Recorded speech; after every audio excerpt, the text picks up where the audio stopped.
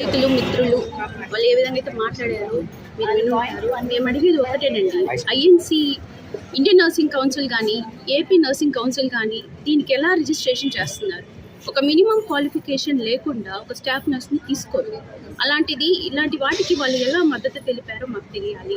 మా అధికారులు దీన్ని ఎలా జస్టిఫై చేస్తున్నారు, ఎలా న్యాయంగా సంబోధించుకుంటున్నారో దానికి వివరణ కావాలి. వెంటనే ఈ జీవోని రద్దు చేసేదానికి ఖచ్చితంగా వాళ్ళందరూ కూర్చొని సమాలోచన చేసి దీని గురించి ఖచ్చితంగా వాళ్ళు ఏదో ఒక మంచి డెసిషన్ మాకు చూపిస్తారని మేము నమ్ముతున్నాము. మేమే కాదండి, రాబోయే పిల్లలు చాలామంది నర్సింగ్ చదువుతున్నారు, మంచి కోర్సు ఉంది, మంచిగా మాకు ఉద్యోగాలు వస్తాయనేసి చాలామంది వస్తున్నారు ఈ కోర్స్కి. అలాంటి వాళ్ళకి మీరు ఏం చెప్పదలుచుకున్నారు? అంటే మినిమం క్వాలిఫికేషన్ లేకుండా ఎవరినైనా కూడా మీరు స్టాఫ్ నర్స్ కింద కూర్చోబెట్టాలనుకుంటున్నారు. మరి మా పిల్లలకి కానీ మా ఫ్యూచర్లో వచ్చే నర్సెస్ కానీ మీరు ఏం చెప్పాలనుకుంటున్నారో, వాళ్ళకి ఒక మంచి జీవితాన్ని మీరు ఏర్పరచాలంటే ఈ జీవో గురించి సమాలోచన చేయండి, మంచి మార్గాన్ని వాళ్ళకి చూపించండి.